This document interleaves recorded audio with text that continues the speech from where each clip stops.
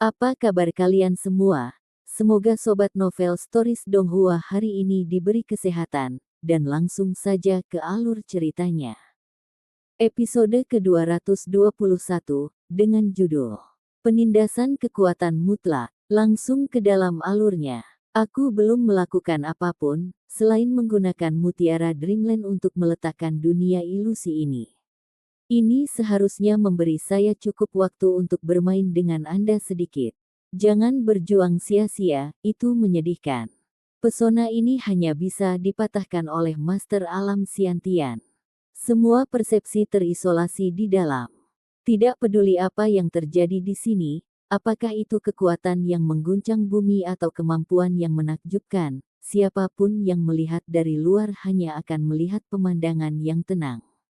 Jika Tuan Ouyang tidak mempercayai saya, silakan coba hancurkan pesona. Petik 2. Lin Ming perlahan berkata sambil menyilangkan tangan di dadanya. Senyuman dingin terlihat di wajahnya. Mendengar kata-kata Lin Ming, hati Ouyang di Hua tenggelam. Hanya Master Siantian yang bisa menembus pesona ini. Apakah itu benar-benar harta karun yang luar biasa? Dari mana dia mendapatkan mutiara ini? Mutiara seperti itu akan sangat berharga bahkan di dalam 7 lembah mendalam. Sekali lagi, Ouyang Dihua menebak bahwa Lin Ming memiliki latar belakang yang fantastis namun tidak diketahui. Apa yang kamu inginkan? Ouyang Dihua tidak lagi meragukan kekuatan Lin Ming.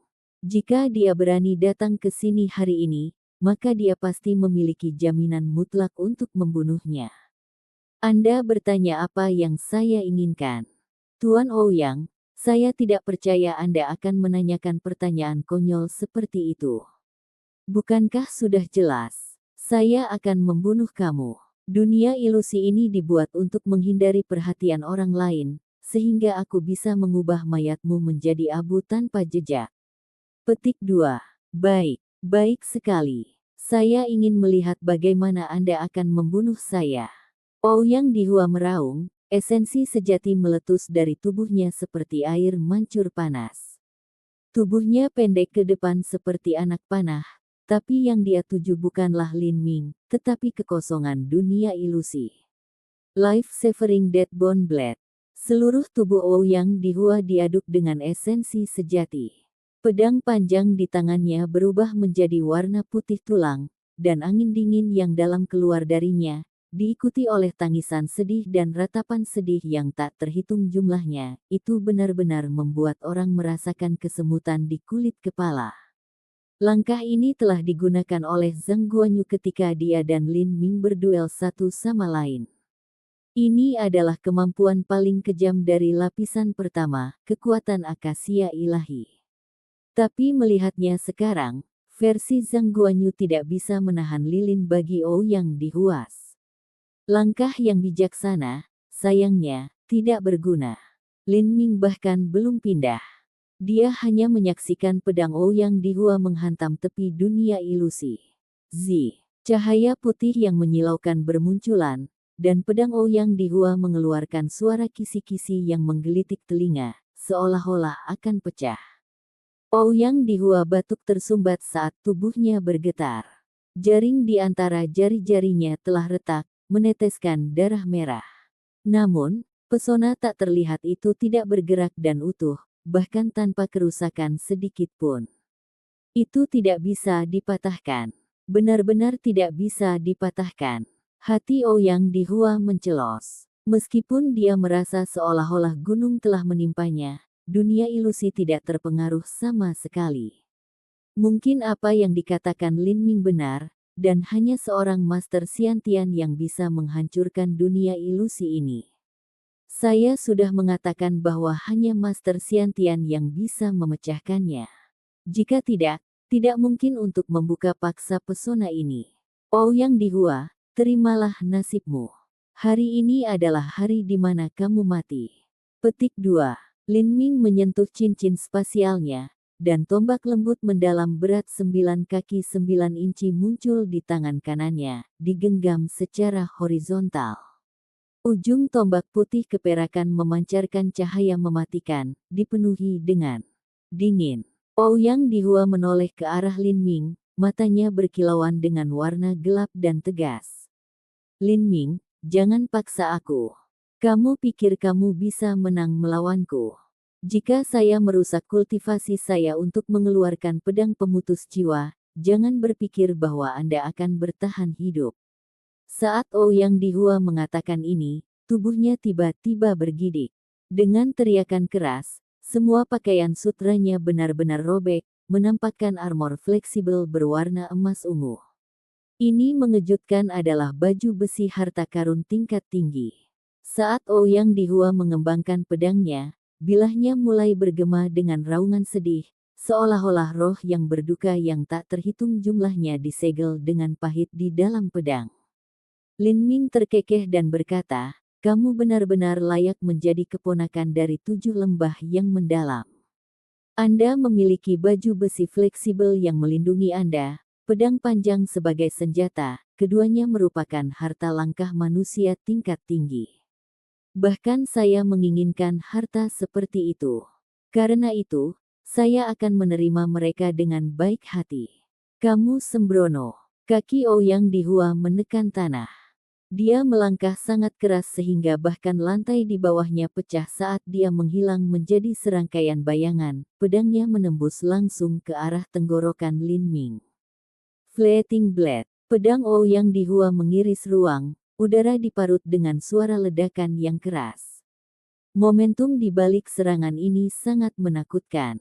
Namun, Lin Ming hanya tertawa.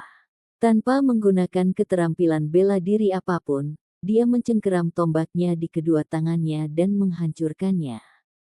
Setelah menyerap kekuatan vitalitas di Sorcerer Pagoda, selain penanaman Chaotic Virtuous Combat Meridians di tubuhnya, kekuatan di balik tombaknya telah mencapai tingkat yang membingungkan.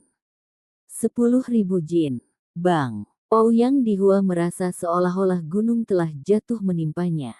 Saat tombak dan pedang saling bersilangan, kekuatan getar besar mengirim Ouyang Dihua terbang mundur saat dia memuntahkan darah. Dia merasa seolah-olah tulangnya akan patah.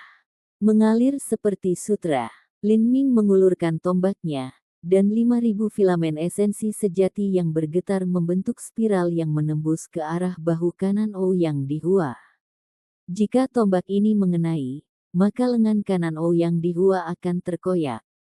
Di saat hidup dan mati ini, mata Ouyang Dihua bersinar dengan warna yang menyeramkan. Dia segera mundur, dan pada saat yang sama membuka mulutnya untuk memuntahkan 2 manik ke arah mata Lin Ming. Manik api iblis petir. Lin Ming mencibir. Manik api iblis petir yang diberikan Zhang Guanyu kepadanya oleh Ouyang Dihua. Lin Ming sudah menduga bahwa Ouyang Dihua diam-diam akan mencampurkan manik-manik api setan petir dalam serangannya, tetapi dia hanya tidak berpikir bahwa manik-manik itu tersembunyi di antara bibirnya. A Thunderbolt Devil Fire Bat paling baik digunakan dalam serangan mendadak. Begitu musuh bersiap untuk itu, efeknya akan sangat berkurang. Konsep angin. Lin Ming melambaikan tangan kirinya, dan angin kencang melonjak ke atas, meniup manik-manik api setan Thunderbolt. Pada saat yang sama, Lin Ming melangkah ke depan, tubuhnya menembak ke depan seperti anak panah saat dia menikam tombaknya ke perut Ouyang Dihua. Bang! Bang! The Thunderbolt Devil Fire Bats meledak di langit, tetapi mereka bahkan tidak memiliki efek sedikit pun pada pesona dunia ilusi. Pada saat ini, tombak panjang Lin Ming sudah mendekat, dan kurang dari 100 kaki jauhnya. Dengan Ouyang Dihua terbang mundur di udara, tidak ada cara baginya untuk menghindar. Lin Ming, aku akan mempertaruhkan hidupku melawanmu. Pedang pemecah jiwa. Ouyang Dihua memukuli dadanya sendiri, menyemburkan seteguk darah. Darah ini menyembur ke seluruh bilah pedangnya. Setelah menyerap darah, pedang perak yang semula berkilau berubah menjadi warna merah darah yang aneh. Ada jeritan yang menusuk jiwa saat tengkorak merah besar berjuang keluar dari pedang, seolah-olah itu muncul dari lautan darah merah. Begitu tengkorak muncul, itu menggembung seperti balon. Dalam waktu singkat, itu sudah membengkak hingga lebih dari 10 kaki lebarnya. Itu menghadapi Lin Ming dan melolong menjengkelkan. Untuk sesaat, seluruh langit dipenuhi angin yang membekukan tulang, seolah-olah semua darah dan daging manusia di dekatnya akan dikeringkan oleh tengkorak raksasa ini. Setelah melepaskan tengkorak berdarah ini, Ouyang Dihua langsung terlihat pingsan dan tak bernyawa, dia hampir tidak bisa berdiri. Ini adalah skill terkuat dalam repertoarnya, Soul Severing Sword. Setelah diaktifkan, dia akan kehilangan 20% dari kultivasinya. Dia mungkin tidak akan memulihkan vitalitasnya bahkan dalam setengah tahun. Melihat tengkorak merah besar ini muncul, Lin Ming mengungkapkan ekspresi kejutan. Meskipun vitalitas darahnya sendiri mengepul ke langit, dia masih merasakan hawa dingin dari dalam jiwanya saat dihadapkan dengan tengkorak ini, seolah-olah dia terdampar telanjang di dataran salju tak berujung di tengah badai musim dingin yang hebat. Matilah, Lin Ming.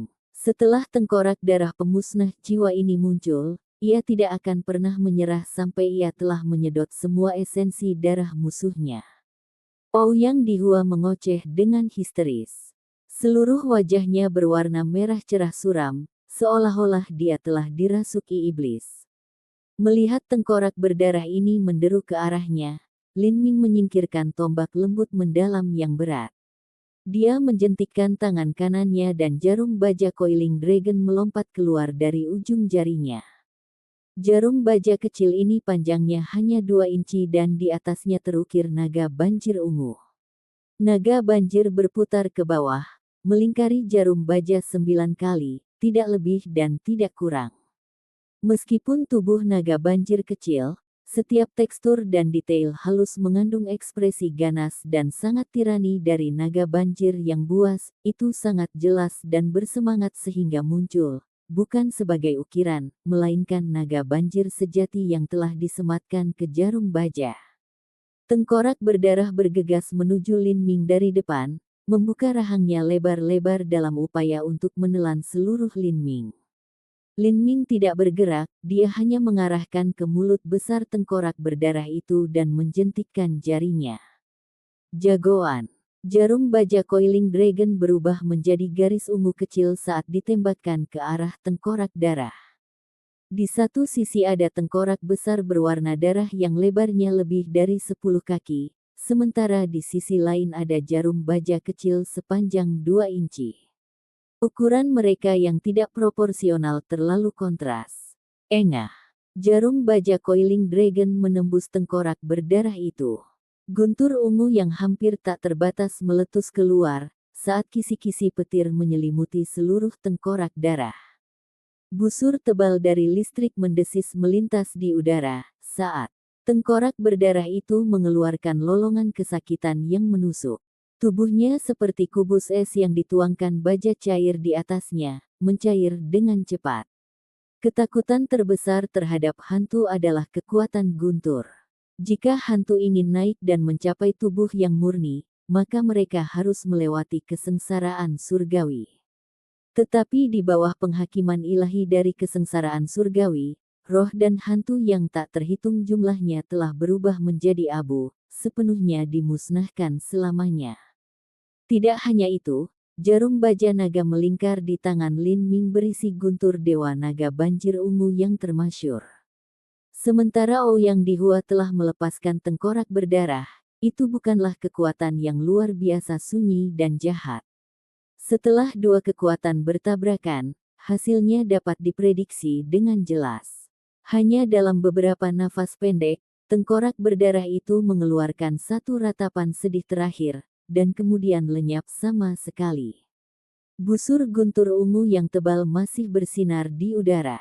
Lin Ming mengulurkan tangannya, dan jarum baja Coiling Dragon langsung kembali ke telapak tangannya, mengambang di sana saat itu perlahan berputar. Seolah-olah menghancurkan tengkorak darah lebih mudah daripada menghancurkan semut. Saat Ouyang Dihua melihat adegan ini, dia langsung tertegun konyol. Diatasi dengan kebingungan, dia tidak pernah bermimpi bahwa langkah terakhirnya, yang membutuhkan 20% dari kultivasinya untuk digunakan, telah dengan mudah dipadamkan seperti lilin kecil oleh Lin Ming. Bagaimana ini mungkin? Hati Ouyang Dihua melonjak dengan keputusasaan dan keputusasaan yang bergolak. Tangannya gemetar. Perasaan menjelang ajal belum pernah sedekat ini sebelumnya. Apakah aku mengejutkanmu? Dengan latar belakang Anda sebagai keponakan dari 7 tetua lembah mendalam, dan juga lebih tua dari saya selama 7 tahun, Anda sebenarnya sedang dipermainkan di telapak tangan saya. Pasti sulit untuk menerima. Petik 2. Bagaimanapun, kamu tidak akan lolos dari kematian hari ini. Bisakah Anda memberitahu saya siapa yang menyamar sebagai Martial House Master Qin? Sebagai gantinya, saya akan mengirim Anda dengan perpisahan yang manis. Petik 2. Lin Ming tidak tahu apakah orang yang menyamar sebagai Qin Zia adalah Ouyang Dihua atau orang lain, jadi dia hanya bisa memintanya sebagai ujian. Wajah Ouyang Dihua bergetar. Mulutnya berubah menjadi cemberut saat dia berteriak, "Kamu pikir aku akan memberitahumu? Bermimpilah." Lin Ming tertawa. Meski aku benar-benar ingin tahu musuh lain apa yang bersembunyi di balik bayang-bayang, itu tidak terlalu penting. Pertama, aku akan membunuhmu, membiarkanmu mati dengan cara yang paling menyakitkan dan menyiksa. Petik 2. Lin Ming mengekstrak tombak lunak mendalam berat saat dia mengatakan ini. Titik tombak berkilauan dengan lampu listrik saat 5.000 filamen saripati sejati yang bergetar dituangkan ke dalamnya. Mata Ouyang Dihua bersinar dengan warna yang ganas. Karena kamu tidak akan membiarkan aku hidup, maka matilah denganku. Ouyang Dihua menggesek cincin spasialnya, mengambil segenggam manik-manik api iblis petir. Kita akan binasa bersama. Episode ke-222, dengan judul Penyebaran Berita Kematian. Langsung ke dalam alurnya. Salju turun lebih cepat dan lebih keras, para pengawal yang berjaga tidak waspada. Suhunya 20 derajat di bawah nol. Tapi ini bukan apa-apa bagi seniman bela diri periode pulse condensation. Selama mereka memutar esensi sejati mereka, mereka bisa dengan mudah menghilangkan hawa dingin yang membekukan. Namun, para pelayanlah yang menderita. Mereka tidak berkultivasi, jadi setelah berdiri di tengah angin dingin dan salju yang menggigit untuk waktu yang lama, mereka segera mulai gemetar.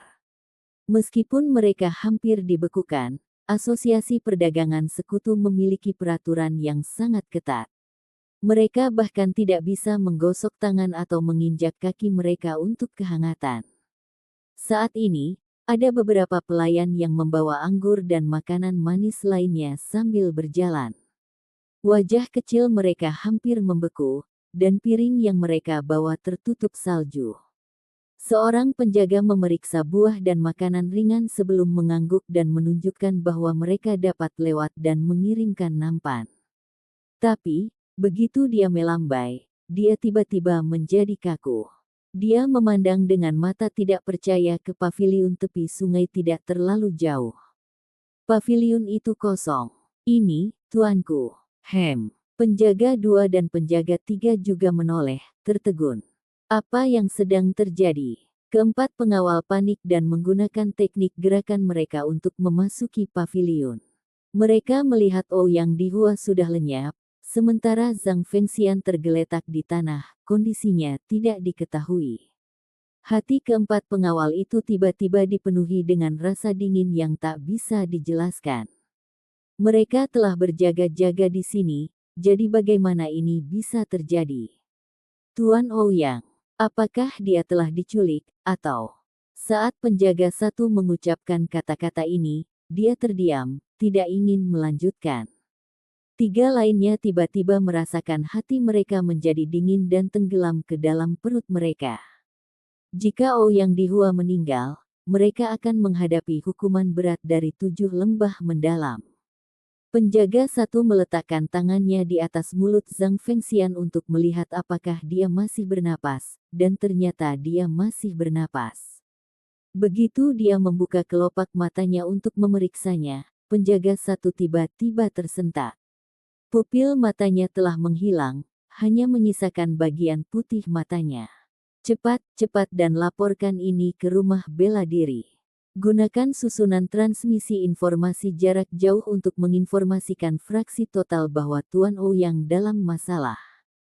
Petik 2. Sebenarnya, saat Ouyang Dihua meninggal, 7 lembah mendalam telah diinformasikan. Ouyang Dihua adalah sosok penting, jadi dia memiliki life jade plate. Segera setelah dia mati, tidak peduli seberapa jauh dia, life jade plate akan hancur.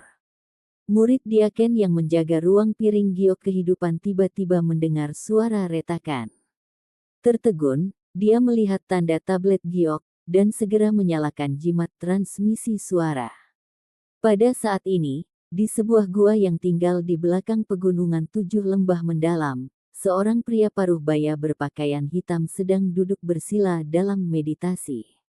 Rambut hitam dan putihnya yang panjang dan tebal menutupi pinggangnya, dan wajahnya sama apatisnya dengan pahatan batu. Dia mengitari esensi sejatinya untuk mengembangkan seni bela dirinya. Suara samar hantu yang menangis menyebar dari tubuhnya, dan energi dingin menyebar ke seluruh tubuhnya. Lapisan es terbentuk di tanah di sekitarnya. Pria ini adalah paman Ouyang Dihua, Ouyang Boyan. Dia adalah tetua dari fraksi Akasia 7 lembah mendalam dan dia adalah master alam Siantian awal. Fuh, nyala api muncul di depan Ouyang Boyan, dan suara Diaken kamar piring giok terdengar di benak Ouyang Boyan. Apa? Mata Ouyang Boyan terbuka lebar, rasa dingin yang berbahaya melintasinya. Siapa yang membunuh keponakanku? Tanda seru tanda tanya petik 2. Di saat berikutnya, Ouyang Boyan seperti hantu saat dia bergegas keluar dari gua, dan tiba-tiba tiba di ruang piring giok. Diakon kamar piring giok sudah menunggu, tangannya memegang nampan dengan piring giok live milik Ouyang Dihua. Ada retakan tajam di lempeng giok, itu membuktikan bahwa Ouyang Dihua sudah mati. Karena mereka berani membunuh keponakanku, tidak peduli siapa itu, aku akan membuat mereka mengemis mati. Seluruh keluarga mereka akan membayar dengan nyawa mereka juga. Mata Ouyang Boyan dipenuhi dengan niat membunuh. 20 tahun yang lalu, Ouyang Boyan belum menembus ke alam Siantian. Dia sedang menjalankan misi dengan ayah Ouyang Dihua ketika mereka berdua disergap dan dikejar.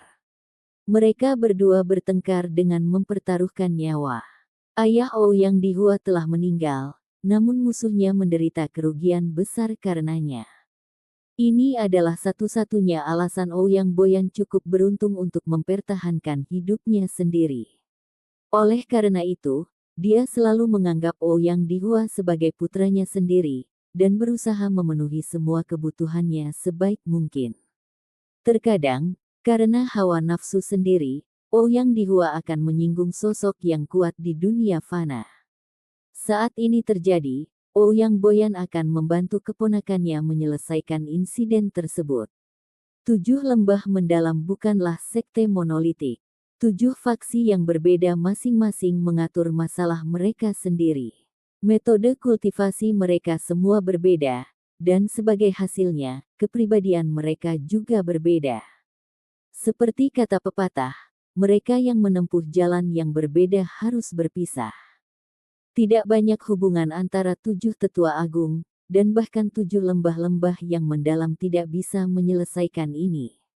Meskipun fraksi Akasia adalah bawahan dari 7 lembah mendalam, mereka tidak tunduk pada batasan.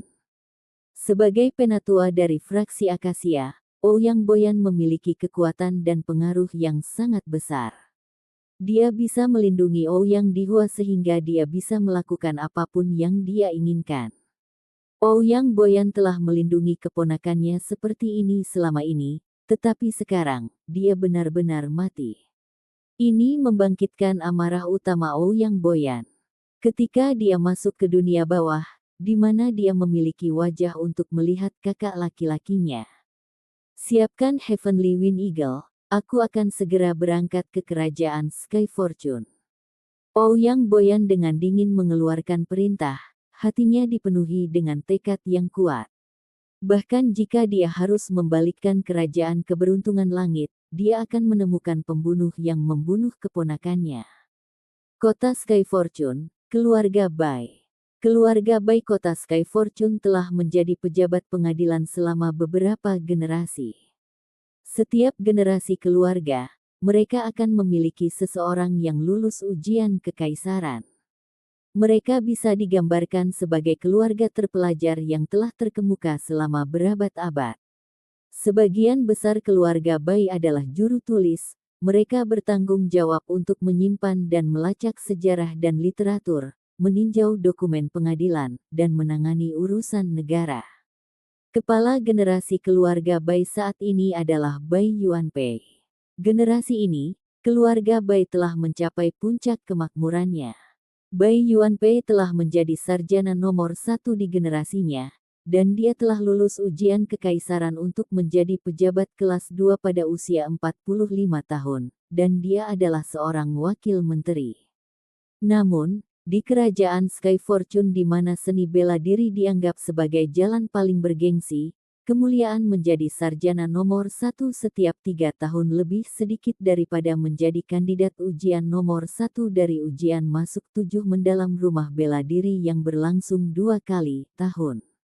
Bahkan posisi Perdana Menteri dalam pemerintahan lebih rendah daripada posisi 10 jenderal besar. Oleh karena itu, status keluarga Bai di kota Sky Fortune tidak dianggap terlalu luar biasa. Namun, sebenarnya pernah ada anomali yang terjadi pada generasi cucu Bai Yuanpei, yaitu cucu Bai Yuanpei, Bai Jingyun. Dia sebenarnya dilahirkan dengan bakat kelas 4 superior yang luar biasa. Ayah Bai Jingyun adalah seorang manusia yang tidak memiliki bakat atau kultivasi dalam seni bela diri. Adapun ibunya, dia hanya bakat bela diri kelas 3 yang superior. Agar Bai Jingyun terlahir dengan bakat bela diri seperti itu bisa dianggap sebagai keajaiban yang berharga. Tapi, ketika Bai Jingyun berusia 15 tahun, kehidupannya yang seperti seorang putri tiba-tiba berakhir. Ini karena Ouyang Dihua, yang telah bepergian, menyukai kecantikan dan bakat luar biasa Bai Jingyun, dan dia memutuskan untuk menikahinya sebagai selir. Keluarga Bai telah menolak. Namun, Ouyang Dihua secara langsung mendekati kaisar, dan kaisar kemudian menurunkan keputusan kekaisaran.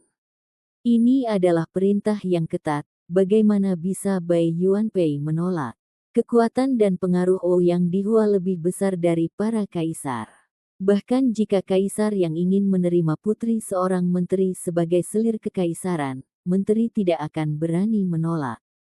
Paman Ouyang Dihua adalah penatua dari 7 lembah mendalam.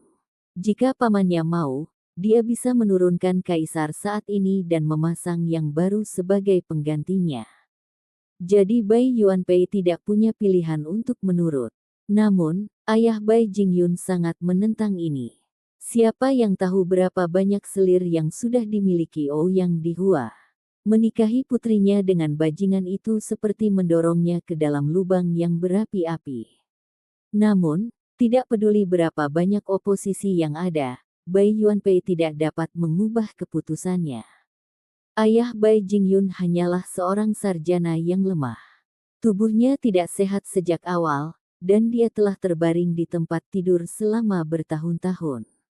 Semua stres kebetulan menyusulnya, dan dia tiba-tiba meninggal. Menurut tradisi kerajaan Sky Fortune, begitu ayahnya meninggal, anak-anak mereka harus tinggal di gubuk kecil selama 100 hari, dan kemudian berduka selama 3 tahun untuk memenuhi kewajiban berbakti mereka. Ouyang Dihua ingin menikahinya, tetapi setelah menerima berita ini dia tidak bisa melanggar adat, sehingga pernikahan itu diseret. Sekarang, periode berkabung 3 tahun segera berakhir, dan Ouyang Dihua benar-benar datang ke kota Sky Fortune sebagai 7 utusan yang mendalam saat ini. Hal ini menyebabkan Bai Jingyun merasakan keputusasaan yang mutlak mengakar di dalam hatinya. Sebelum Ouyang Dihua menjadi 7 utusan mendalam kerajaan Sky Fortune, keluarga Bai tidak dapat menolaknya ketika dia melamar pernikahan.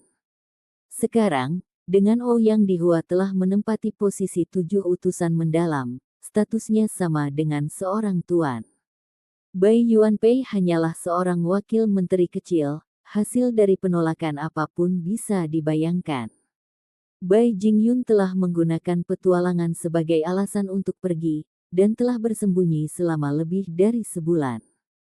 Sekarang, dia tanpa daya kembali untuk menghadapi takdirnya yang tak terhindarkan. Dia tidak pergi ke rumah bela diri selama beberapa hari. Sebagian besar waktu, dia tinggal di kamarnya. Pagi ini, setelah Bai Jingyun mencuci dirinya sendiri, seseorang mengetuk pintunya.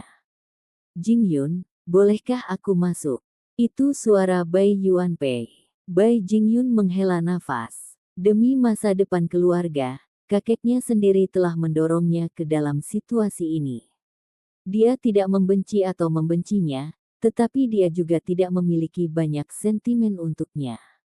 Apalagi setelah ayahnya meninggal, sikapnya terhadap Bai Yuanpei bahkan semakin dingin. "Masuk," kata Bai Jingyun dengan tenang. "Jingyun, apakah kamu sudah sarapan?" Bai Yuanpei berkata saat dia masuk. Dia mencoba tersenyum untuk menyembunyikan rasa bersalahnya sendiri. "Saya tidak punya nafsu makan. Kamu masih harus makan sedikit. Aku akan meminta dapur membuat sesuatu dan mengirimkannya untukmu." Petik 2. Tidak perlu. Aku harus istirahat sebentar. Hari ini, Bai Jingyun benar-benar tidak ingin berbicara dengan Bai Yuanpei, karena dia tidak ingin tahu mengapa Bai Yuanpei datang ke sini.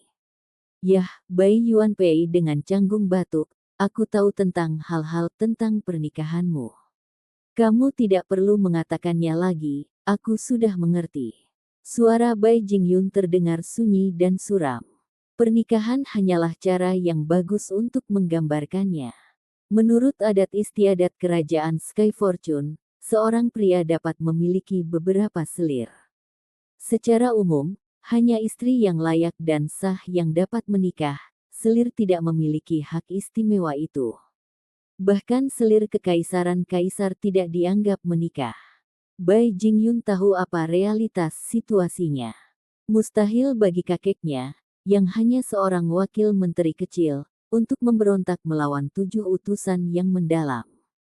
Kata-kata Bai Yuanpei tersangkut di tenggorokannya. Dia hanya bisa tertawa hampa.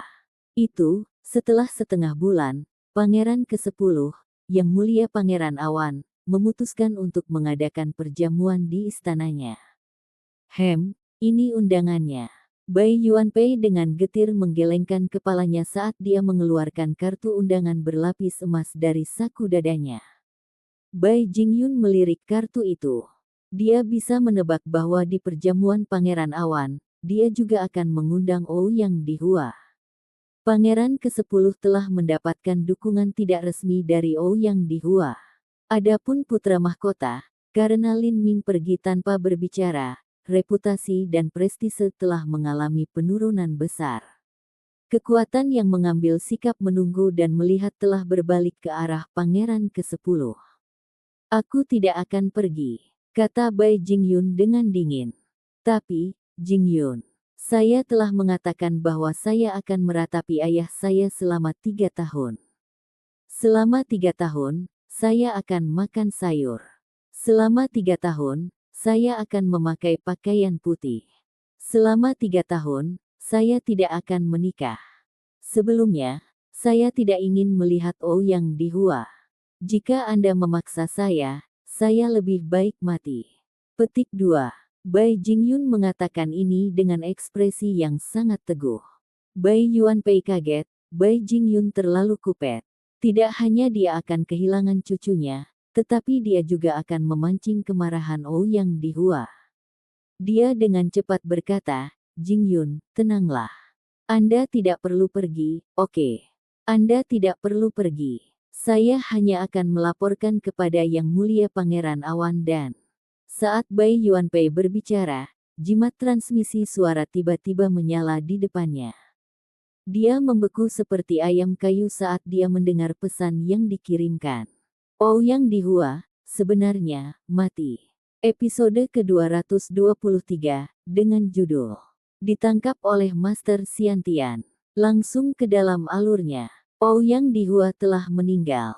Bai Yuanpei bergumam, seolah-olah dia sendiri tidak dapat mempercayai ini. Apa? Bai Jingyun berteriak karena terkejut. Dia pikir dia salah mengerti kata-katanya. Ouyang Dihua dibunuh di markas besar Asosiasi Perdagangan Sekutu, bahkan tanpa mayatnya tersisa. Presiden Asosiasi Perdagangan Sekutu, Zhang Fengxian juga berubah menjadi idiot, dengan lautan spiritualnya benar-benar hancur. Bahkan seorang master dengan teknik pencarian jiwa tidak dapat memperoleh satu pemikiran yang koheren darinya. Bai Yuanpei mengulangi kata-kata yang dia dengar dari jimat transmisi suara. Meskipun dia bukan seorang seniman bela diri, dia masih memiliki pemahaman yang sangat eksplisit tentang perbedaan kekuatan antara level seniman bela diri. Ouyang Dihua adalah seorang seniman bela diri kondensasi puls menengah, dengan banyak harta yang menyelamatkan nyawa di tubuhnya. Bahkan jika dia bertemu dengan seniman bela diri kondensasi puls puncak, dia masih bisa mencocokkan secara merata.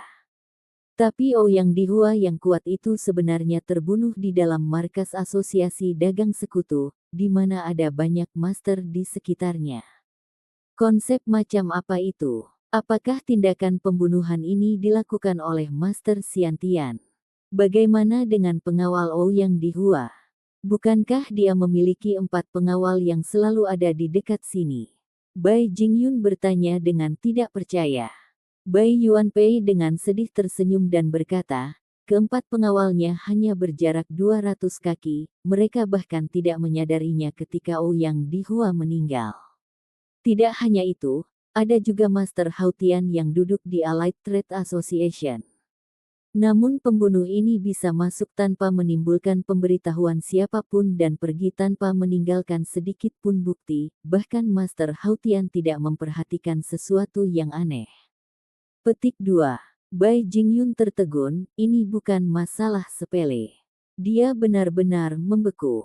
Sebenarnya ada seseorang yang bisa merayap di bawah pengawasan 4 pengawal utama dan diam-diam membunuh Ouyang Dihua sementara juga menghindari pemberitahuan dari persepsi Master Hautian. Kultivasi macam apa yang diperlukan untuk melakukan ini? Eksistensi macam apa yang berhasil disinggung oleh Ouyang Dihua? Bai Yuanpei berkata, pembunuh ini terlalu kuat. Kemungkinan besar itu adalah Master Xiantian, mungkin musuh pribadi Ouyang Boyan, yang datang untuk membalas dendam pada Ouyang Dihua. Konflik tingkat ini tidak ada hubungannya dengan orang-orang seperti kita. Petik 2. Tidak ada hubungan. Bagaimana bisa tidak ada hubungannya? Hubungannya sangat besar. Bai Jingyun terkejut, tapi sekarang dia tiba-tiba mencibir, sungguh kematian yang luar biasa. Dia pantas mati lebih awal. Petik 2. Bai Yuanpei ketakutan karena akalnya. Dia dengan cepat membuat gerakan diam. Jingyun, jangan mengucapkan kata-kata seperti itu begitu saja. Hari ini, seluruh kota Sky Fortune akan jatuh ke dalam darurat militer total untuk menemukan pembunuhnya. Paman Ouyang Dihua, Ouyang Boyan juga akan tiba dari 7 lembah mendalam dalam beberapa hari. Untuk jangka waktu ini, jangan tinggalkan rumah, jika tidak Anda akan menimbulkan masalah. Petik 2. Aku tahu itu, kata Bai Jingyun. Setelah melihat Bai Yuanpei keluar, Bai Jingyun merosot ke tempat tidur. Dia dalam keadaan linglung kabur, seolah memasuki mimpi yang terjaga. Dia bebas. Dengan tanggal pernikahan yang semakin dekat, Ouyang Dihua benar-benar telah meninggal. Dia telah lama mengutuk Ouyang Dihua, berharap seseorang membunuhnya sebagai balas dendam, dan dia akan mati secara brutal di sudut jalan. Dia tidak pernah berpikir bahwa hari seperti itu akan benar-benar datang. Tapi siapa yang membunuhnya? Gelombang emosi membanjiri Bai Jingyun. Dia ingin menemukan orang ini dan berterima kasih secara pribadi kepada mereka. Seniman bela diri misterius ini mungkin tidak berniat menyelamatkannya, tetapi bagi Bai Jingyun, tindakannya hari ini telah mengubah nasibnya selamanya. Nyatanya, saat ini di Sky Fortune City, bukan hanya Bai Jingyun yang diam-diam merayakan berita kematian Ouyang Dihua. Misalnya, putra mahkota, Yang Lin. Dalam 2 bulan ini, pengaruh pangeran ke-10 telah melonjak pesat karena dukungan Ouyang Dihua. Di sisi lain, karena Lin Ming tiba-tiba menghilang, kekuatan Yang Lin tiba-tiba jatuh. Jika ini terus berlanjut, maka statusnya sebagai putra mahkota akan menjadi sangat berbahaya. Hidup memiliki liku-liku. Sekarang, dalam pergantian peristiwa yang dramatis, kecelakaan yang mengubah hidup telah terjadi. Bisa juga dikatakan bahwa Ouyang Dihua meninggal tepat pada waktunya. Yang Lin juga ingin menyampaikan rasa terima kasihnya kepada orang misterius ini. Karena kematian Ouyang Dihua, semua pasukan utama berada dalam hiruk-pikuk saat mereka mencoba melewati peristiwa yang bergejolak ini. Sementara itu, Lin Ming bersembunyi di sebuah gua beberapa ratus mil jauhnya dari kota Sky Fortune. Dia memiliki 2 cincin spasial di tangannya, dan juga senjata harta karun langkah manusia tingkat tinggi dan baju besi fleksibel langkah manusia tingkat tinggi yang dia ambil dari mayat Ouyang Dihua. Apakah itu Ouyang Dihua atau Zhang Fengxian? Keduanya adalah orang-orang kaya yang hanya mengeluarkan kekayaan dan emas. Harta karun mereka, tentu saja, serupa. Lin Ming pertama kali mengambil cincin spasial Zhang Fengxian. Dia menenggelamkan kekuatan jiwanya, dan langsung terperangah dengan apa yang dia temukan di dalamnya. Asosiasi perdagangan sekutu benar-benar mengesankan. Ini adalah pertama kalinya saya melihat cincin spasial langkah manusia tingkat tinggi. Hanya bahan untuk membuat cincin spasial seperti ini membutuhkan beberapa ratus ribu emas taels, dan itu hanya dapat dibuat oleh setidaknya master alam Xiantian. Termasuk biaya tenaga kerja dan biaya upaya yang gagal, cincin spasial ini setidaknya harus bernilai 1 juta tael emas. Tidak hanya itu, tapi ini bukanlah sesuatu yang bisa dibeli dengan uang, seseorang tidak bisa begitu saja menyewa master alam Xiantian kapanpun mereka mau. Petik 1. Lin Ming mengeluarkan barang-barang dari cincin spasial. Ada 3 peti besar, banyak barang antik dan lukisan, dan juga beberapa pakaian. Setelah dengan santai melihat pakaian itu, Lin Ming memutuskan bahwa itu tidak berharga dan membakarnya menjadi abu. Setelah itu, dia menyaring 3 peti. Kayu yang digunakan untuk membuat peti ini adalah kayu jiwa bermutu tinggi. Kayu ini kokoh seperti besi, dan memancarkan aroma samar. Pound demi pound, nilainya bahkan lebih dari emas. Setelah dia membuka peti pertama, dengan suara yang berkelap-kelip, udara dipenuhi dengan cahaya terang. Peti ini penuh dengan perhiasan yang tak ternilai harganya.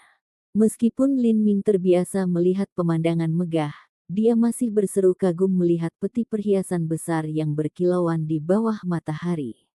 Harta karun ini sangat berharga bahkan di antara perhiasan berharga. Ada batu giok darah yang sangat kental, batu zamrud bersinar yang menarik perhatian, safir yang sangat indah, dan segala jenis permata langka dan berharga lainnya. Permata terkecil seukuran telur, dan mutiaranya adalah mutiara hitam berkualitas tinggi yang hanya ditemukan puluhan ribu kaki di bawah laut. Meskipun Lin Ming tidak terlalu akrab dengan permata dan harta karun, dia masih bisa memperkirakan nilai peti perhiasan ini. Di peti ini, permata acak apapun setidaknya beberapa puluh ribu tael emas. Seluruh peti ini mungkin bernilai puluhan juta emas. Di harta karun ini juga ada barang antik dan lukisan. Tampaknya itu adalah bagian dari koleksi Zhang Fengxian. Bagi seseorang seperti Zhang Fengxian, dia tidak akan pernah memandang sesuatu yang biasa di matanya. Petik 1. Begitu seseorang mencapai status tertentu, semakin banyak uang yang mereka miliki, semakin banyak mereka akan mengumpulkan benda-benda yang tak ternilai harganya. Zhang Fengxian tidak terkecuali. Banyak harta karun di sini diturunkan dari generasi sebelumnya dari kepala keluarga Zhang.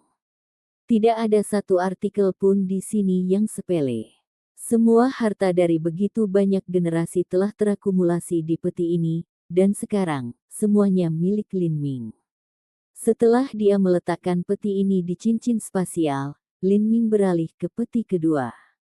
Di dalam peti ini, ada pakaian berlapis emas gelap, itu terlihat seperti jubah. Di atas pakaian itu ada sebuah kotak besar. Lin Ming membuka kotak itu, dan menemukan setumpuk besar uang kertas emas di dalamnya. Hitungan kasar uang kertas berjumlah sekitar 7 atau 800 ribu tael emas. Tidak banyak uang kertas emas. Ini kemungkinan besar karena sebagian besar aset Zhang Fengxian disimpan di Bank Asosiasi Perdagangan Sekutu. Uang di dalam kotak ini hanya digunakan untuk keadaan darurat. Lin Ming menyingkirkan uang kertas emas dan mengangkat pakaian emas gelap. Potongan pakaian itu setipis sayap jangkrik. Sepertinya tidak ada yang istimewa tentang itu, hanya saja agak dingin saat disentuh. Apakah ini ditenun dari sutra ulat sutra spiritual kayu emas? Ketika Lin Ming menggambar simbol prasasti pertamanya, dia perlu mencari sutra cacing langit. Dia secara khusus memasuki Departemen Sitar 7 mendalam rumah bela diri untuk mencari informasi tentang materi ini. Karena ini, dia memiliki pemahaman yang sangat baik tentang semua cacing langit, dan jelas tahu apa itu ulat sutra spiritual kayu emas. Skyworms sudah menjadi makhluk yang sangat langka. Untuk mendapatkan sedikit Skyworm Silk, dia harus menghabiskan banyak usaha. Dari ini saja, terbukti betapa berharganya mereka. Namun ulat sutra spiritual kayu emas berbeda. Hanya dalam 1000 cacing langit akan ada satu ulat sutra spiritual kayu emas. Sutra yang dilepaskannya adalah sutra ulat sutra spiritual kayu emas. 1 inci sutra ini setara dengan 1 inci emas. Siapa yang tahu berapa banyak sutra ulat sutra spiritual kayu emas digunakan untuk membuat artikel pakaian ini? Jika ini diubah menjadi emas, nilainya tidak dapat diperkirakan. Pakaian langka ini mungkin tipis seperti sayap jangkrik, tetapi hampir kebal dan juga dapat melemahkan serangan esensi sejati sampai tingkat tertentu. Mengapa dia tidak memakai pakaian yang terbuat dari sutra ulat sutra spiritual kayu emas jika dia memilikinya, dan malah meletakkannya di peti? Apakah dia juga memakainya pada saat itu? Petik 1. Berpikir ini, Lin Ming menghela nafas dengan murung. Sangat disayangkan. Pada saat dia mengubah Zhang Fengxian menjadi idiot, dia hanya mengambil cincin spasialnya, dia belum memeriksa apa yang ada di dalam pakaian yang dia kenakan. Pakaian berharga ini bagus, tapi terlalu mencolok. Saya tidak bisa memakainya, kalau tidak akan merepotkan begitu mereka mengetahuinya. Aku harus menyimpannya sekarang. Lin Ming berbalik dan pakaian itu ditempatkan ke dalam cincin spasial. Kemudian, dia berbalik ke peti terakhir. Di dalam peti ini, ada sejumlah besar batu esensi sejati yang ditumpuk rapi di atas satu sama lain. Secara kasar menebak, mungkin ada lebih dari beberapa ribu. Ada beberapa ribu batu esensi sejati, dan tidak hanya itu, tetapi semuanya murni, batu esensi sejati berkualitas tinggi. Mungkin batu esensi sejati ini adalah hadiah yang telah disiapkan Zhang Fengxian untuk 7 tetua lembah yang mendalam. Batu esensi sejati murni bernilai 1000 tael emas. Peti ini mungkin bernilai beberapa juta tael emas. Ini benar. Saya sudah menggunakan semua batu esensi sejati yang saya miliki sebelumnya. Batu esensi sejati ini harus bertahan 1 atau 2 tahun lagi. Petik 1. Adapun barang antik dan lukisan yang tersisa, Lin Ming tidak sepenuhnya memahami nilai signifikansi artistiknya. Dia menempatkannya kembali di cincin spasial. Dari ketiga peti ini, hanya perkiraan konservatif dari nilai totalnya adalah 20 juta tael emas. Dia bisa menyimpan batu esensi sejati untuk digunakan sendiri. Adapun sisanya, dia akan mencari peluang yang tepat untuk menjualnya dengan imbalan batu atau bahan esensi sejati dan harta karun. Ini cukup untuk dihabiskan Lin Ming untuk sementara waktu. Setelah dia menggeledah cincin spasial Zhang Fengxian, Lin Ming mengambil cincin spasial Ouyang Dihua dan mengeluarkan benda-benda di dalamnya satu persatu. Meskipun Ouyang Dihua tidak sekaya Zhang Fengxian, apa yang dimilikinya jauh lebih berguna bagi seorang seniman bela diri. Ada sekitar 20 botol pil yang berbeda, obat-obatan penyembuhan yang hebat, susu Bloodstone yang dapat dengan cepat memulihkan esensi sejati, pelet pengumpulan jiwa berkualitas tinggi untuk tujuan kultivasi, dan sebagainya. Pil ini tidak bisa dibeli dengan uang. Banyak dari mereka hanya ditemukan dalam sekte besar, mereka tidak akan menyebar ke pasar orang biasa. Selain itu, ada juga 3 slip giok dengan metode budidaya yang tercatat di dalamnya. Salah satunya bahkan metode kultivasi langkah manusia bermutu tinggi yang sangat langka. Akhirnya, ada juga batu esensi sejati dan beberapa harta karun. Dibandingkan dengan pil dan slip giok metode budidaya, ini tidak dianggap banyak. Hal paling berharga yang ditinggalkan Ouyang Dihua adalah baju besi fleksibel langkah manusia tingkat tinggi dan pedang harta karun langkah manusia tingkat tinggi. Namun, kedua item ini cukup mencolok dan mudah diidentifikasi. Lin Ming tidak bisa menggunakannya, dia juga tidak bisa menjualnya. Setelah Lin Ming menyingkirkan semuanya, dia tidak bisa menahan nafas. Cara tercepat untuk menjadi kaya sebenarnya adalah menjadi bandit dan membunuh orang lain untuk mengambil properti mereka. Seperti ini, nilai totalnya telah meningkat pesat. Tentu saja, ini tidak memperhitungkan mutiara Dreamland yang diberikan kepadanya oleh Mu Qianyu. Dia tidak tahu apa nilai mutiara Dreamland, tetapi hanya mengamati efeknya yang bertentangan dengan keinginan langit. Lin Ming tahu bahwa itu bukanlah barang yang bisa dibeli dengan emas atau perak. Masih tersisa setengah bulan. Saya akan berkultivasi di sini, dan kemudian kembali untuk melihat Martial House Master Qin. Ketika saatnya tiba, tidak ada yang akan curiga bahwa saya ada hubungannya dengan kematian Ouyang Dihua. Episode ke-224, dengan judul Kembalinya Lin Ming. Langsung ke dalam alurnya, rencana Lin Ming berjalan seperti yang dia pikirkan. Setelah Ouyang Dihua meninggal, Ouyang Boyan tiba, dan seluruh kota Sky Fortune dijungkirbalikkan, setiap sudut dan celah digeledah. Namun, semua orang sudah memiliki gagasan yang terbentuk sebelumnya bahwa orang yang membunuh Ouyang Dihua adalah Master Alam Xiantian. Lin Ming tidak pernah dianggap sebagai tersangka. Bahkan Biluo, yang tahu ada permusuhan antara Lin Ming dan Ouyang Dihua, sama sekali tidak pernah mencurigainya. Bagaimanapun, Biluo tahu bahwa bahkan jika dirinya yang telah membuat berbagai ilusi yang tak terhitung jumlahnya, dia tidak akan pernah bisa diam-diam membunuh Ouyang Dihua. Dengan demikian, kematian Ouyang Dihua menjadi misteri yang masih melekat. Ouyang Boyan mencari siang dan malam, tetapi tidak peduli apa yang dia lakukan, dia tidak dapat menemukan satu petunjuk pun. Setelah 10 hari berlalu, turnamen majelis fraksi total 7 rumah bela diri yang mendalam sudah dimulai. Salju lebat telah turun dan turun di kota Sky Fortune selama lebih dari 10 hari terakhir ini. Kepingan salju besar dan halus itu seperti kapas, yang dengan tebal bertaburan dan melapisi lantai. Seluruh kota diselimuti warna putih tak berujung. Setiap pagi, para pekerja pemerintah turun ke jalan dan membersihkan mereka dari salju, tetapi keesokan harinya, mereka harus mulai lagi, terus-menerus menyapu. Di 7 rumah bela diri yang mendalam, Diaken kantor pendaftaran, Sun Liang, tertekuk saat dia terpaku pada membaca novel. Meskipun di luar sangat dingin, ruangan itu diterangi dengan api dari baskom kuningan. Tirai katun tebal tergantung di pintu depan, dan jendela ditempel dengan kertas tebal. Seluruh ruangan terasa nyaman dan hangat. Di luar ada salju dan es, tapi di dalamnya seperti malam musim semi yang hangat. Suasana luar biasa dan perasaan nyaman ini adalah lingkungan terbaik untuk membaca. Tetapi pada saat ini, pintu depan tiba-tiba terbuka, dan angin dingin bertiup masuk.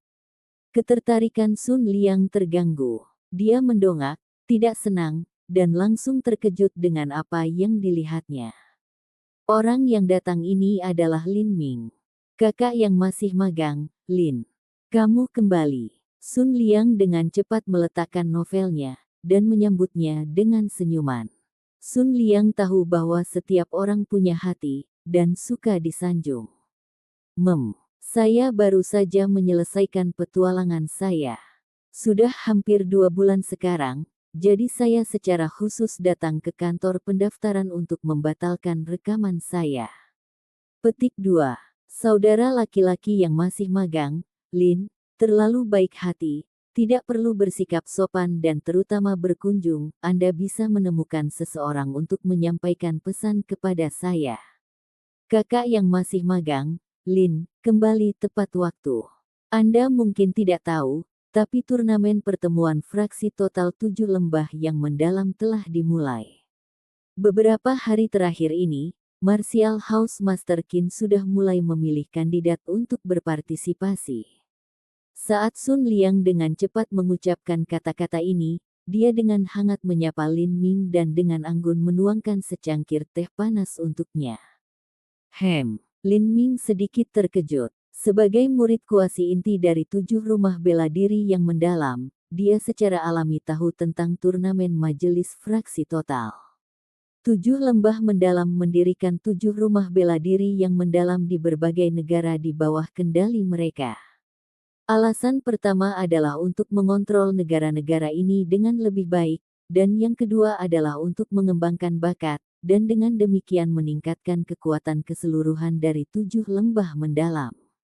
Setiap 3 tahun, fraksi total akan mengirimkan murid-murid rumah bela diri paling berbakat dan mengadakan pertemuan bela diri. Pertemuan bela diri adalah untuk semua murid inti rumah bela diri.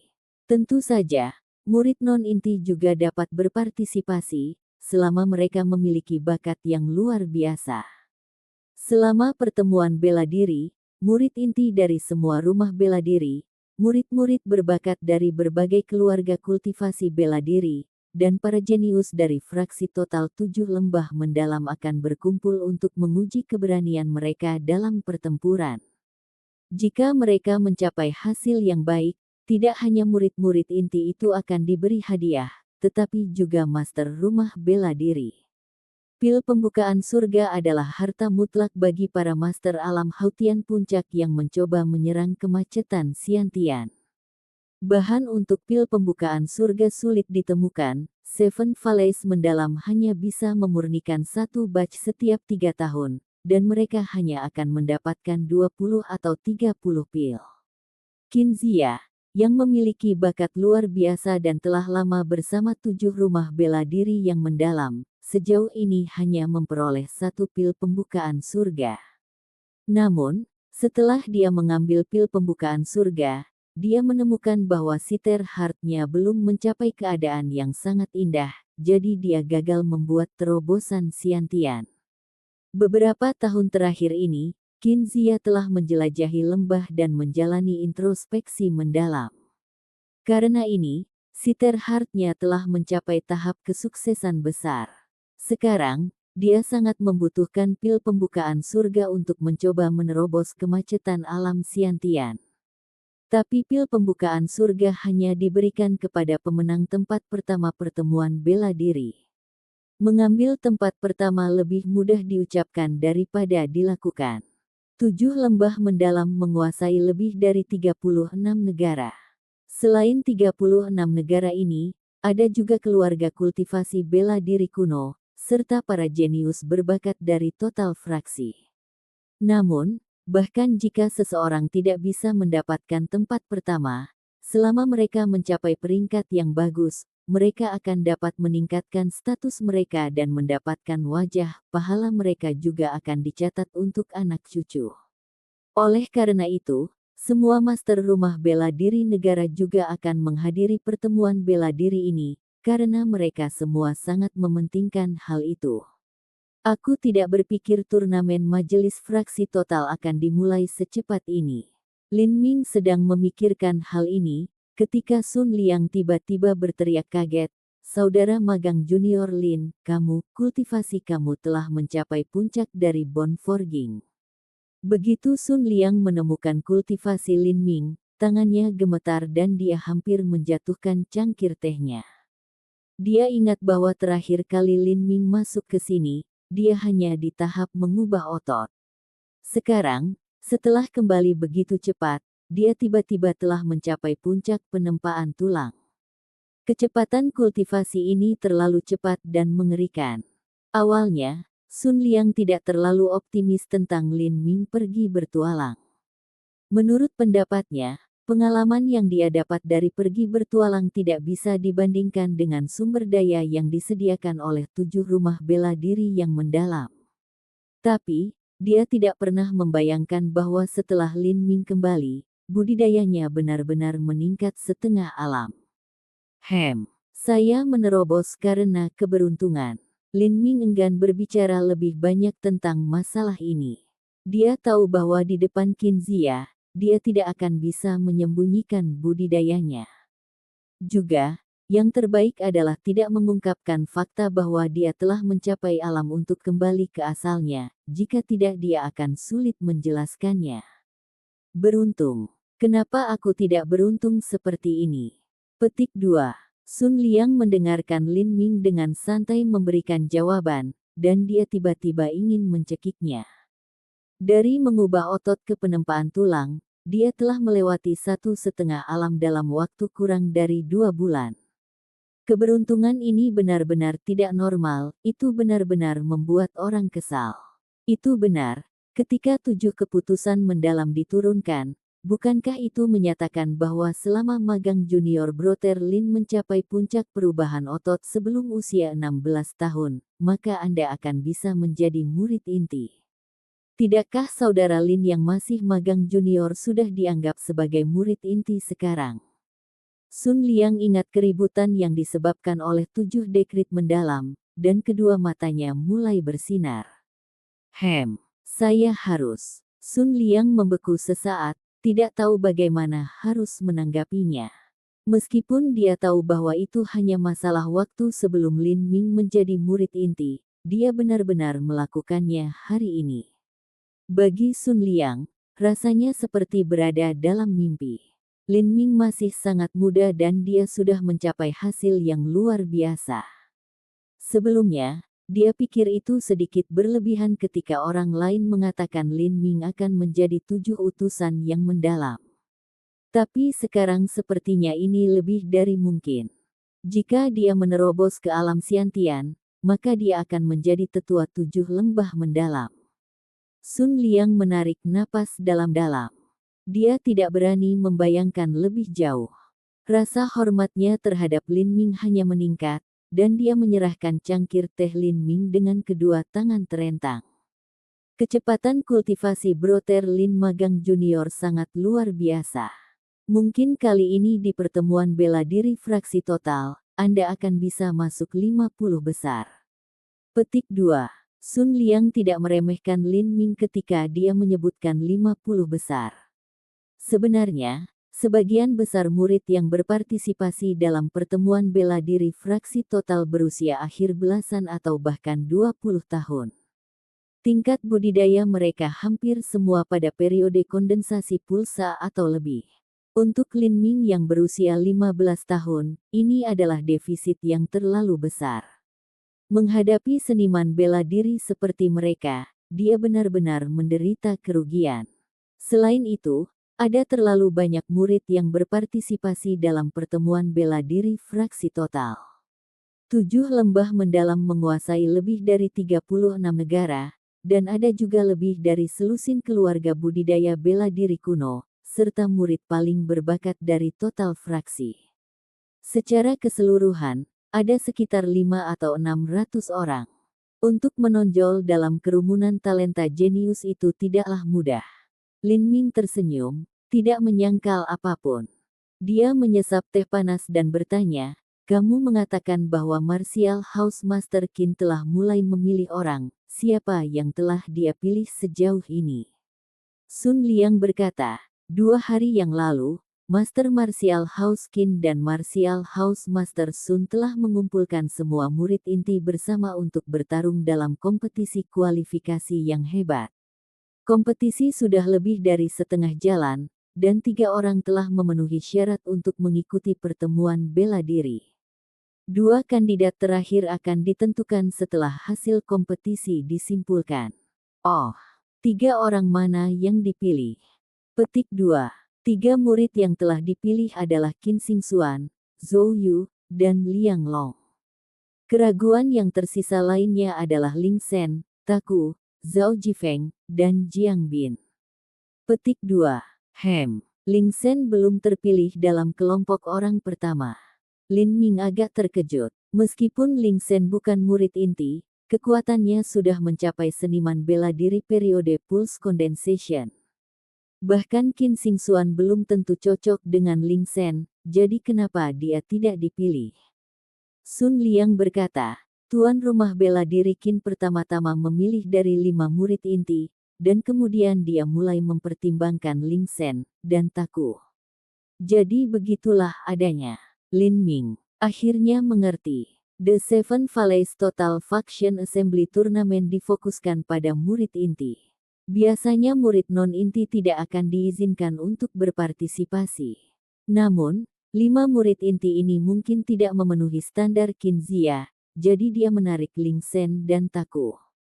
Sun Liang melanjutkan dengan berkata, "Junior magang saudara Lin, karena kamu telah kembali kamu harus cepat dan melihat rumah bela diri Mater Qin. Dia saat ini berada di istana bela diri mendalam rumah bela diri." Bagi 7 master rumah bela diri yang mendalam dari setiap negara, pertemuan bela diri fraksi total yang terjadi setiap 3 tahun adalah peristiwa yang sangat penting. Qin Zia juga mengikuti turnamen ini dengan sungguh-sungguh. Dia telah meminjamkan Lin Ming bantuannya dan membantunya begitu banyak karena dia berharap Lin Ming akan mampu bersinar di pertemuan bela diri fraksi total. Tentu saja, sekarang, dia tidak terlalu berharap kali ini. Bagaimanapun, Lin Ming masih terlalu muda, dan kultivasinya hanya pada tahap mengubah otot. Tidak peduli seberapa hebat bakatnya, tidak mungkin baginya untuk menandingi bakat periode kondensasi pulse yang tampaknya diberkati oleh kehendak surga. Batas usia bagi seniman bela diri untuk berpartisipasi dalam pertemuan bela diri fraksi total adalah 22 tahun. Karena Lin Ming dapat berpartisipasi dalam 2 turnamen lagi, Qin Zia percaya bahwa, dengan bakat Lin Ming, dia pasti bisa bersinar dalam semua kemuliaan yang bersinar di pertemuan bela diri yang terakhir. Tapi, sebelum Qin Zia punya waktu untuk melaksanakan rencananya, Lin Ming telah hilang. Qin Zia mencurigai orang di balik ini adalah Ouyang Dihua, tetapi dia tidak memiliki bukti untuk mendukung kecurigaannya. Namun, dia tidak pernah membayangkan bahwa Ouyang Dihua akan binasa setengah bulan yang lalu. Tidak hanya dia bertemu dengan pembuatnya, dia juga terbunuh dengan cara yang sangat aneh. Dia sebenarnya telah meninggal di markas besar Asosiasi Dagang Sekutu, dan beberapa pengawal yang dekat dengannya bahkan tidak menyadari ada yang aneh. Begitu Ouyang Dihua meninggal, Ouyang Boyan bergegas ke kota Sky Fortune. Sekarang, seluruh kota Sky Fortune benar-benar berantakan, ada kekacauan dan kekacauan di mana-mana, dan Qin Zia terus-menerus menderita. Pada persimpangan kritis ini, turnamen majelis fraksi total akan segera dimulai. Karena kerajaan Sky Fortune adalah negara kelas 2, mereka dapat mengirimkan 5 peserta. 7 rumah bela diri yang mendalam memiliki semuanya 5 murid inti. Namun, Qin Zia tidak puas dan tidak puas dengan kekuatan 5 murid inti ini. Dari 5 orang itu, hanya Qin Xingxuan yang menunjukkan beberapa janji. Tapi, usianya masih terlalu muda. Dia takut dia bahkan tidak akan mencapai 200 teratas. Oleh karena itu, satu-satunya pilihannya adalah membiarkan Ling Sen dan Taku berpartisipasi. Yang benar adalah Qinzia tidak ingin melakukan ini, karena jika dia melakukannya, negara-negara lain akan menertawakan 7 rumah bela diri yang mendalam dari kerajaan Sky Fortune dan mengatakan bahwa mereka tidak memiliki siapapun yang layak. Mereka akan mengejek fakta bahwa murid luar telah dipilih untuk berpartisipasi dalam pertemuan bela diri fraksi total dan mengklaim bahwa mereka melakukannya hanya untuk mengisi angka. Meskipun Qinzia memiliki temperamen yang santai dan biasanya acuh tak acuh, itu tidak berarti dia tidak peduli tentang apapun. Sejak dia menjadi master rumah bela diri, dia juga memikul beban menjadi master rumah bela diri. Dia tidak ingin melihat martial house-nya dipandang rendah oleh orang lain. Episode ke-225, dengan judul Awal Kualifikasi. Langsung ke dalam alurnya. Qinzia menghela nafas, kali ini kami benar-benar kekurangan personel. Terakhir kali, Mu Yin bisa masuk 100 besar, tapi sekarang usianya sudah melewati 22 tahun, dan diterima ke dalam fraksi total. Qin Xingxuan masih terlalu muda, dia tidak akan mencapai hasil yang baik. Mulai sekarang kita hanya bisa mengandalkan Ling Sen untuk mengisi kekosongan. Petik 2. Sayang sekali. Jika Lin Ming ada di sini, maka kekuatannya saat ini bahkan mungkin melampaui Taku. Pria yang berbicara dengan Qinzia mengenakan pakaian biru, rambut putihnya diikat menjadi sanggul. Dia tampak seperti seorang pendeta, dan dia adalah salah satu dari 2 wakil kepala rumah dari 7 rumah bela diri yang mendalam, Sun Youdao. Sun Youdao berusia 45 tahun ketika dia melangkah ke alam Hautian. Saat ini, dia telah terjebak di alam Hautian selama 70 tahun. Meskipun budidayanya telah mencapai puncak alam Hautian, Sun Youdao tahu bahwa dengan bakatnya, tidak mungkin fraksi total akan memberinya pil pembukaan surga. Bagaimanapun, kebenarannya adalah bahwa memberikan pil pembukaan surga kepadanya hanya akan sia-sia. Pil pembukaan surga bahkan tidak akan cukup baginya untuk mencapai alam Xiantian. Karena dia sudah menerima kenyataan hidupnya, Sun Youdao selalu mempertahankan mentalitas yang baik dan ceria. Dia baik, aman, dan setelah menjadi wakil kepala rumah, tidak pernah terlibat dalam pertempuran yang tidak perlu. Dia juga menjaga hubungan baik dengan Qinzia. Qinzia mengangguk dan berkata, sepertinya, tapi sayangnya, Lin Ming masih hilang saat ini. Jika dia benar-benar pergi bertualang, maka aku takut itu. Sun Youdao terdiam. Dia tidak benar-benar yakin bahwa Lin Ming pergi bertualang, itu tidak masuk akal. Belum lagi semua musuh yang berhasil dia buat, tetapi bahkan jika dia tidak memiliki musuh, pengalaman bertualang di dunia tidak selalu jauh lebih baik daripada berada di 7 rumah bela diri yang mendalam, di mana dia bisa memilikinya, penggunaan tak terbatas dari 7 susunan pembunuhan utama. Qinzia tetap diam. Sun Youdao menghela nafas dan berkata, Lin Ming memang benih yang bagus.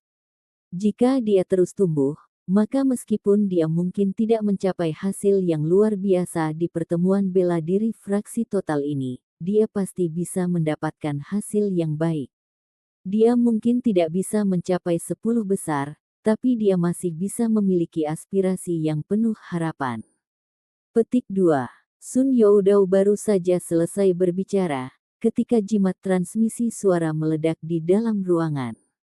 Qinzia mendengar pesan di jimat transmisi suara, dan langsung terangkat.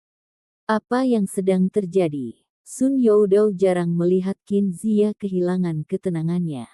Kantor pendaftaran rumah bela diri baru saja mengirim berita, Lin Ming telah kembali. Petik 2.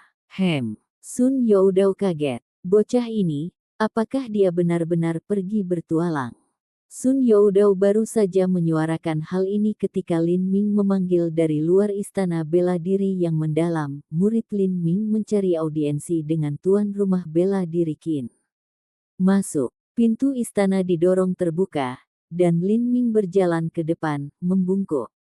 Tuan rumah bela diri Qin, tuan rumah bela diri Sun. Ini adalah pria tua berpakaian biru yang bertemu Lin Ming beberapa bulan yang lalu. Dia adalah orang yang memberinya tombak lunak mendalam yang berat. Qin Zia mulai memberi Lin Ming sekali lagi, memeriksanya dari ujung kepala sampai ujung kaki. Ekspresi wajahnya bahkan berubah beberapa kali, mata melebar dan berkedip, mulut tertutup dan terbuka. Qin Zia biasanya tenang, tapi kali ini dia tertegun karena penampilannya yang acuh tak acuh dan tenang. Lin Ming, kamu mencapai tahap puncak penempaan tulang. Ya, beberapa hari lalu saya menemukan kesempatan beruntung dan membuat terobosan. Lin Ming mengatakan ini dengan ringan, tetapi hati Qin Zia melonjak dengan keajaiban dan keajaiban. Ketika seorang seniman bela diri menemukan pertemuan yang tidak disengaja, biasanya diikuti oleh bahaya. Semakin besar kesempatannya, semakin besar bahayanya. Apa yang dialami Lin Ming selama 2 bulan di luar. Setiap seniman bela diri memiliki rahasianya sendiri, jadi Qin Zia tidak membahas masalah ini. Orang tua berpakaian biru itu juga tercengang, hampir sampai jenggotnya muncul. Ketika Lin Ming berada di tahap altering muscle, ia mampu mengalahkan tahap bone forging Zhang Guanyu. Sekarang dia berada di tahap penempaan tulang, kondisi yang benar-benar menakutkan. Dia bahkan mungkin mencapai 50 besar dari turnamen majelis fraksi total, atau jika dia melakukannya dengan baik, bahkan 30 besar. Qin Zia bertanya, Lin Ming, apakah kamu benar-benar pergi bertualang selama 2 bulan terakhir ini? Lin Ming mengangguk. Secara alami, dia tidak menyebutkan masalah Ouyang di Hua. Qin Zia ragu-ragu, dan tidak bertanya lagi. Dia selalu berpikir ada sesuatu yang aneh tentang ini. Lin Ming tiba-tiba pergi bertualang, dan kemudian ada kematian Ouyang di Hua. Jika kultivasi Lin Ming tidak begitu rendah di mana tidak mungkin untuk membunuh Ouyang di Hua, maka Qin Zia bahkan mungkin curiga bahwa dia terkait dengan kejadian. Aku mungkin terlalu memikirkan beberapa hal. Sejak Lin Ming menjawab, Qin Zia tidak menanyainya lebih jauh. Apa yang ingin dia ketahui sekarang adalah sejauh mana kekuatan Lin Ming. Lin Ming, menurut 7 keputusan mendalam, Anda sekarang secara resmi menjadi murid inti dari 7 rumah bela diri mendalam saya. Apakah Anda tahu tentang pertemuan bela diri fraksi total ini? Petik 2. Lin Ming mengangguk menegaskan, murid ini tahu. Baik, untuk pertemuan bela diri fraksi total ini, kami sebenarnya kekurangan 2 orang. Kami awalnya memutuskan untuk memilih dari Ling Sen, Taku, Zhao Jifeng, dan Jiang Bin. Sekarang, dengan Anda, itu membuat 5 orang dari mana kita dapat memilih 2. Kamu istirahat dengan baik malam ini. Besok pagi, lomba pencak silat kualifikasi akan dimulai. Ini saat yang tepat bagi Anda untuk berduel dengan Ling Sen dan Taku. Kami akan meminta Anda bertanding melawan keduanya. Jika menang, maka Blue Miracle Pill dan body spiritual Ichor yang telah dijanjikan sebelumnya juga akan diberikan kepadamu. Secara kebetulan, Ling Sen juga berhasil menembus tahap bone forging setengah bulan yang lalu. Kamu harus bersiap-siap. Petik 2. Meskipun dia tahu bahwa Lin Ming pasti akan mengambil salah satu dari 2 tempat, Qin Zia masih ingin dia berpartisipasi dalam pertandingan. Alasan pertama adalah untuk meyakinkan publik, dan alasan kedua adalah karena dia ingin tahu seberapa kuat Lin Ming. Oh, saya tahu. Lin Ming tahu bahwa ini bukan kecelakaan. Ling Sen sudah berhenti di tahap puncak mengubah otot untuk waktu yang sangat lama, sudah waktunya dia membuat terobosan. Lin Ming menantikan pertandingan ini melawan Ling Sen. Awalnya Ling Sen adalah tujuan yang telah dikejar dengan sepenuh hati oleh Lin Ming dengan seluruh hasratnya. Tapi sekarang, itu semua sudah berlalu. Ketika berita kembalinya Lin Ming menyebar, seolah-olah itu telah menumbuhkan sayap, terus menyebar ke seluruh kota Sky Fortune. Kebanyakan orang tidak memiliki firasat tentang sesuatu yang tidak diinginkan yang terjadi. Mereka hanya berpikir bahwa Lin Ming benar-benar pergi bertualang. Hanya ada sedikit individu berpengaruh yang merasa ini tidak biasa. Tentu saja, yang paling terkejut adalah Biluo. Lin Ming sebenarnya masih hidup. Binatang kecil ini benar-benar beruntung. Wajah Biluo tenggelam. Karena kesan abadi sejauh ini adalah bahwa Ouyang Dihua telah mati di tangan seorang Master Xiantian, dia sama sekali tidak mencurigai Lin Ming. Apa dia tahu selain Ouyang Dihua yang mencoba membunuhnya, ada juga aku. Saat Biluo memikirkan ini, dia menjadi sangat tidak nyaman. Tingkat pertumbuhan Lin Ming terlalu cepat. Dalam beberapa tahun, dia bahkan mungkin bisa mengancamnya. Biluo pernah berpikir untuk memberitahu Ouyang Boyan tentang permusuhan antara Ouyang Dihua dan Lin Ming, dan bagaimana mereka mencoba membunuhnya, tetapi dia khawatir Ouyang Boyan akan marah dan melampiaskan amarahnya padanya. Karena itu, Biluo berada dalam dilema, seolah-olah dia berjalan di atas kulit telur. Kontes kualifikasi pertemuan bela diri fraksi total adalah acara besar yang terjadi setiap 3 tahun di 7 rumah bela diri yang mendalam. Kontes kualifikasi terbuka untuk sebagian umum.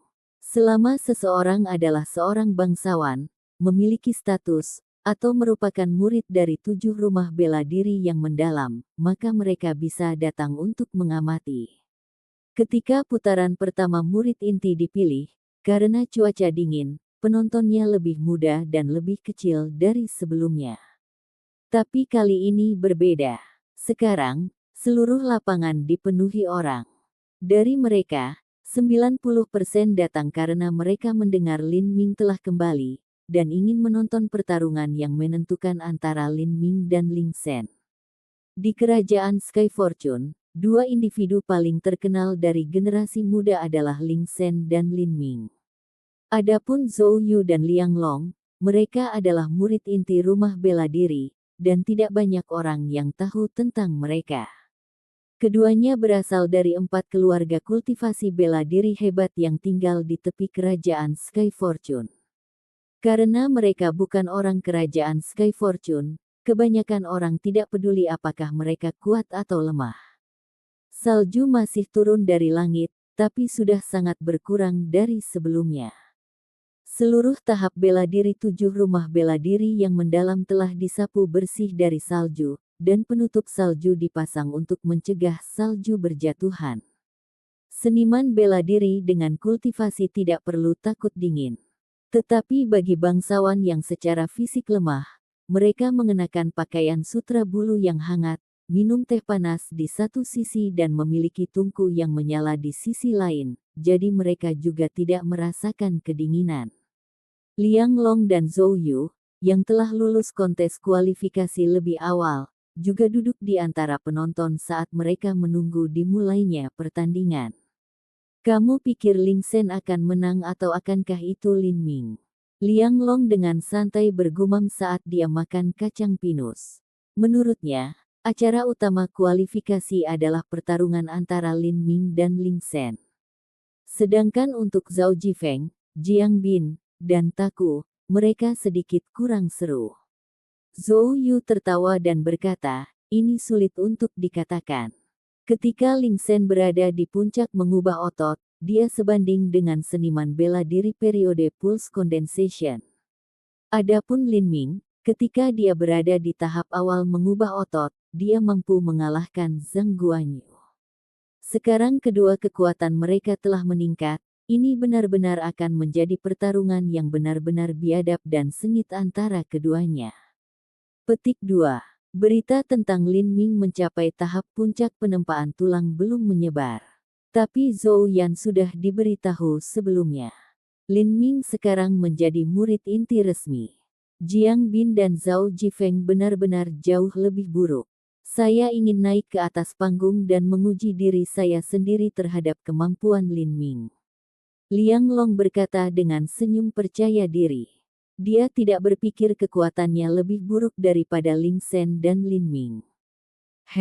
Tuan, rumah bela diri telah tiba. Liang Long meletakkan kacang pinusnya. Di pintu masuk panggung bela diri, barisan orang masuk. Yang di depan mengenakan pakaian putih adalah Qin Zia. Saat kepingan salju beterbangan, tidak satupun dari mereka menyentuh tubuhnya, mereka terbang begitu saja sebelum terlalu dekat. Di belakang Qin Zia adalah Martial House Master Sun, dan di belakangnya adalah Lin Ming, Ling Shen, dan 5 peserta lainnya. Melihat Lin Ming muncul, atmosfer seluruh bidang tiba-tiba mulai mendidih. Beberapa bulan yang lalu, Lin Ming berhasil menciptakan keajaiban berulang kali. Popularitasnya yang terakumulasi bahkan melampaui Qin Xingxuan. Bagi seniman bela diri dengan latar belakang biasa, penggemar prianya, dan Lin maniaks perempuannya, Lin Ming adalah idola mutlak mereka. Dia adalah matahari terbit mereka, sangat indah. Ada banyak gadis bangsawan muda yang melepaskan semua rasa kesopanan dan dengan kasar melambai pada Lin Ming dengan sapu tangan mereka.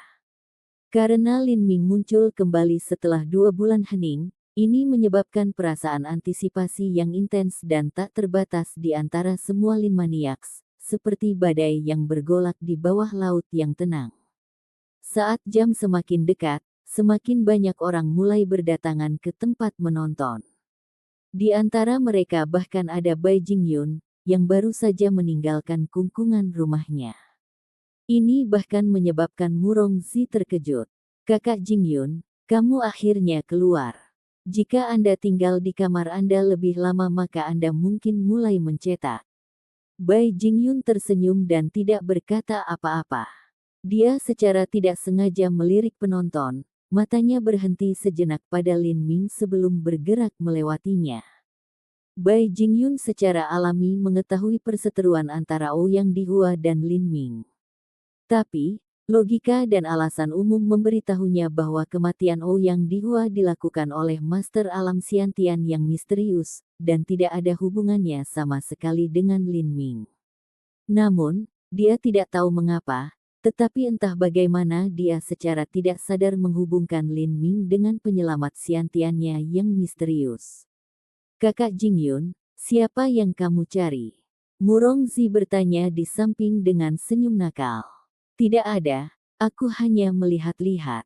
Bai Jingyun menggelengkan kepalanya dan tersenyum ringan. Tapi, kenyataannya, hatinya tidak tenang sama sekali. Dengan 1/4 jam tersisa hingga awal kualifikasi, putra mahkota Yang Lin juga muncul. Hari ini, Yang Lin telah mengenakan gaun berhias kirin. Dia mengenakan sepatu bot salju dan mengangkangi kuda naga salju. Dia bisa digambarkan sebagai orang yang sangat bersemangat. Ketika putra mahkota tiba, tidak ada pengumuman. Ini karena di antara mereka yang hadir hari ini, ada banyak orang penting, terlalu banyak untuk dihitung. Ada kepala dan tetua dari keluarga aristokrat besar dan kecil, bangsawan, markis, bangsawan, dan bahkan 2 dari 10 jenderal besar. Dengan pemandangan seperti itu, statusnya sebagai pangeran tidak setinggi itu. Sampai jumpa di episode selanjutnya. Selamat beraktivitas dan sampai jumpa.